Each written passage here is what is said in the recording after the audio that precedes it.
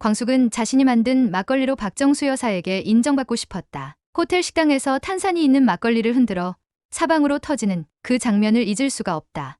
터지기 전에 흔들지 말라고 미리 말했어야지. 야멸찬 박정수 여사. 마광숙은 천천히 마루 끝에 앉았다. 창밖으로 떨어지는 햇살은 맑았지만 그녀의 눈빛엔 먹구름이 드리워 있었다. 그날 장모 박정수가 남긴 말이 뇌리에서 떠나지 않았다. 내 딸을 대신할 사람은 없어. 당신이 아무리 애를 써도 그 빈자리는 채워지지 않아. 말끝은 매몰찼고 시선은 냉랭했다. 마광숙은 그 순간 고개를 떨궜지만 마음속엔 파도가 일었다. 겉으로는 웃었지만 속으론 흔들리고 있었다. 광숙은 한동석의 집 앞을 서성이다 들어가며 생각한다. 정말 내가 이 집에 들어올 수 있을까? 아니, 나를 이 가족으로 인정해줄 날이 오긴 할까? 광숙은 생각했다. 한 회장 집은 박 여사 딸이 살아있을 때의 흔적, 아이들이 뛰놀았던 정원이 모두 살아있었다. 장모의 눈엔 여전히 그 딸의 흔적이 생생했으리라. 그래서 그녀가 낯설 수밖에 없었을 것이다. 박 여사는 아직 죽은 딸을 보내지 못한 모양이다. 남편을 먼저 보는 광숙은 박 여사의 그런 모습을 알 것만 같다. 한동석은 거실을 서성이다 광숙 옆에 조용히 앉았다. 광숙 씨 힘들지?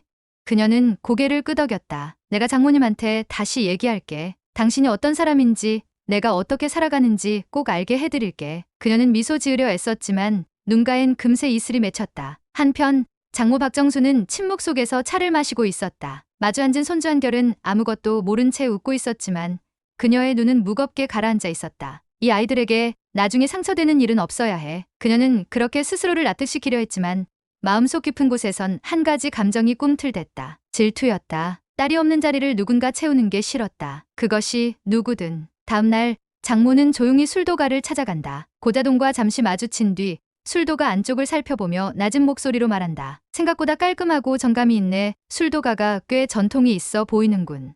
박 여사는 어린 시절 살던 한옥을 떠올린다. 그녀의 눈은 마광숙의 방을 향하고 있었다. 광숙이 호텔 납품을 간 사이 박 여사는 술도가에 와서 그녀가 어떤 사람인지 알아보려던 것이다. 박 여사가 기웃거리자 이를 이상히 여긴 고자동이 묻는다. 누구신데 우리 사장님 방을 기웃거리십니까?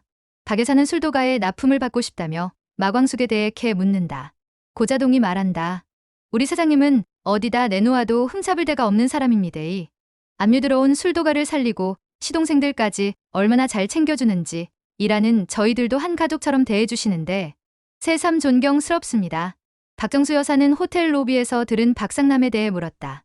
아, 그 못된 자식, 그놈이 우리 사장님께 몹쓸 짓을 하려던 걸 회장님이 우연히 통화하는 걸 듣고 우리 사장님을 구해주셨지 뭡니까?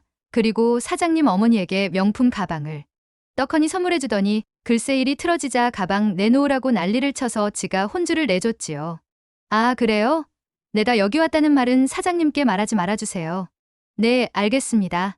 눈치 빠른 고자동은 박 여사가 누구인지 알 것 같았다.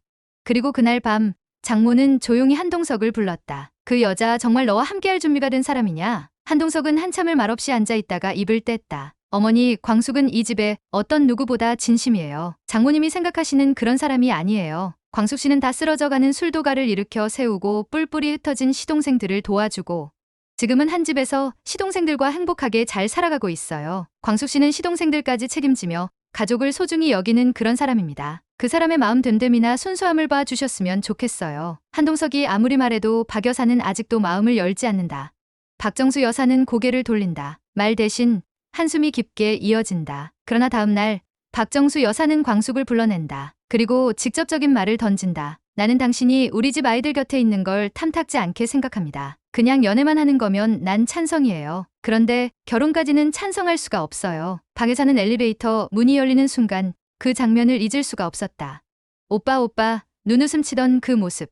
광숙은 침착하게 고개를 끄덕였다. 내가 당신을 지켜보겠습니다. 그녀는 무거운 발걸음으로 돌아섰고 마광숙은 홀로 그 자리에 남아 손을 꼭 쥐었다. 흔들림은 있었지만 물러섬은 없었다. 광숙은 다짐했다. 박 여사의 인정을 받고 시동생들과 한결 한봄까지도 넉넉히 품어 한 가족으로 자리할 때 비로소 광숙도 한 회장도 행복해질 수 있다는 걸. 그녀의 목표는 분명해졌다. 마광숙을 인정하지 않겠다는 것이 아니라 시험하겠다는 것. 이 집에 들어올 자격이 있는지를. 한동석은 두 사람 사이에서 점점 말라갔다. 광숙을 지키고 싶지만 어머니를 버릴 수 없고 어머니를 설득하고 싶지만 광숙에게 상처를 줄 수 없었다. 마광숙은 거울 앞에서 혼잣말을 한다. 나는 이 가족의 일부가 되고 싶을 뿐이에요. 누군가의 자리를 뺏으려는 게 아니라 비어있는 자리에 그냥 따뜻하게 앉고 싶었을 뿐이에요. 다음 날 광숙은 어지러운 마음과 신경 쓰이는 생각을 잊으려 일에만 집중한다. 장모는 한동석에게 할 이야기가 있다고 바로 퇴근하라고 한다. 동석은 광숙에게 전화를 한다. 광숙 씨, 오늘은 장모님과 약속이 있어 바로 퇴근해야 할 것 같아요. 그때 전화기 너머로 치익, 치익 하는 소리와 함께 광숙의 비명소리가 들린다.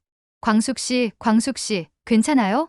광숙 씨. 동석은 걱정이 되어 애가 탄다. 그는 약속이고 뭐고 술도가로 달려간다. 그곳엔 벌써 시동생들과 미순, 옥분, 세리까지 모두 모여 있었다. 누가 먼저랄 것도 없이 광숙의 손등을 감싸쥐고 연고를 바르고 찬물에 적신 수건으로 진정을 시킨다. 광숙은 팔을 대었지만 표정보다 먼저 마음이 따뜻해졌다. 자신을 둘러싸고 걱정하는 사람들의 얼굴은 진짜 가족 그 자체였다. 그때 현관문이 탁 하고 열린다. 장모 박정수가 서 있다. 얼굴은 단호했고 눈빛엔 미안함이 가득하다.